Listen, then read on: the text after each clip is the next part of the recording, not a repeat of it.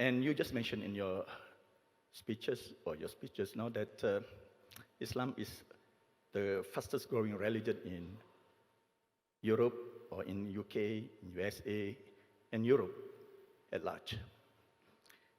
But unfortunately, it is not happening in this region or in Asian region for the reason known to most of us. Some even say that the reverse is happening. Is it anything to do with economic situation of the people in this region? Is it because the way we practice Islam is far from the real Islam? Is it because the akhlaq of some of the Muslims in the region are not attracting our non-Muslim brothers or sisters to Islam? Even though my questions have a lot of question marks, but essentially it's only one question. We love our non-Muslim brothers, we love our non-Muslim sisters, and we want them to be Muslims like us. And before you answer, please accept my salam from my son, who is an ustaz in Sabah. Thank you. Walaikum assalam wa rahmatullahi wa barakatuh. The brother asked a question that Islam is the fastest growing religion, and as I said, that it is the fastest growing religion in Europe, in America. But he's saying, unfortunately, in this part of the world, he's talking about Southeast Asia. In this part of the world, it is not the fastest growing, it is reverse. I'm sorry to say I disagree with you. I said Islam is the fastest religion throughout the world. The percentage there may be more, but even in Southeast Asia, including Malaysia, including Indonesia, including almost all the countries, Islam is the fastest growing religion. Even in Malaysia, it is the fastest growing religion. I have given personal talks, and in my talks, in that Bukit Jalil Stadium, about 21 people accepted Islam. One by one, in group is separate, one by one. How many people asked me question? Out of the people that asked me question, 21 accepted Islam. So where you're saying it is not? I know so many reward centers. I've got so many students here, mashallah, who have got Dawa centers, and every day they're accepting Islam. So I don't know which statistics are you talking about. The percentage may differ here and there. That is the reason, many people in Malaysia, they don't want me. Why? Because they don't want Islam to spread. Those who want me to stay, they want Islam to spread. Everyone doesn't want Islam to spread. So those who don't want Islam to spread, there may be some secular Muslims. There may be some non-practicing Muslim. There may be a group of non-Muslim, but generally even the non-Muslim love me. In India, majority of the non-Muslim love me. It was the political influenced non-Muslims for the vote bank, they maligned me. Otherwise, most of the Hindus, they love me. So because they wanted to break that, they created this Islamophobia about terrorism, hate speech.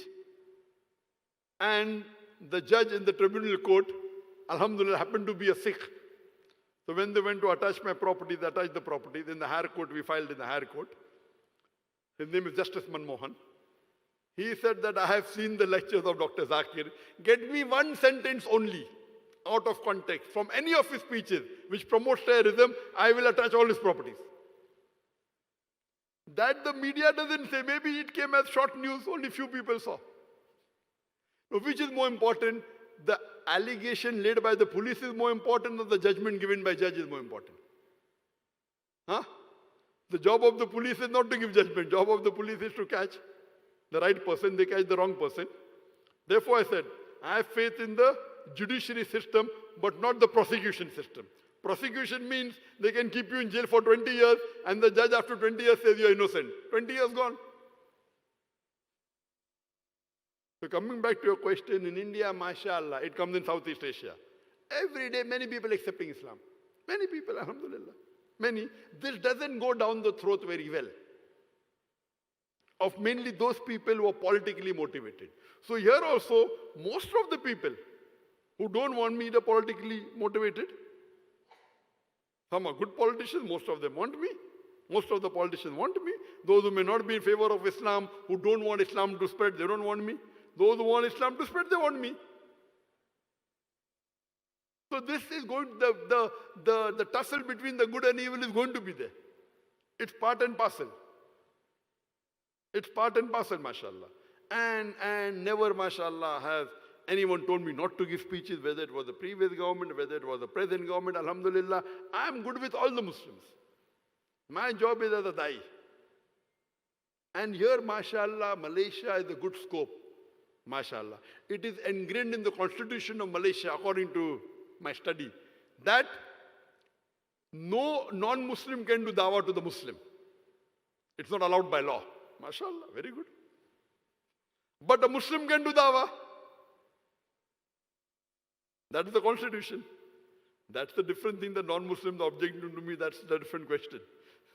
But by law, in Malaysia, according to the constitution, a Muslim can do dawah to anyone in Malaysia, Muslim and non-Muslim. But a non-Muslim cannot do dawah to a Muslim. Good constitution. Because Islam is the only religion which is right, according to the Quran, in Surah Imran chapter 3, verse number 19. So Islam is spreading here. Yes, it should spread faster, that's a different question. That's the different question. How to do it, that's the different question.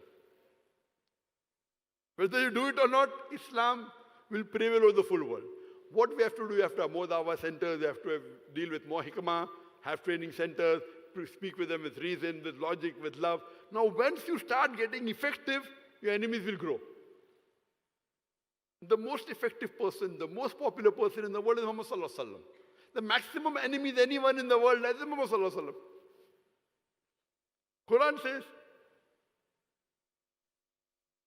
Quran says in Surah Furqan chapter 25 verse number 30, for every prophet we have appointed an enemy. And Muhammad Sallallahu Alaihi Wasallam is the last prophet. He has got enemies. He has to have.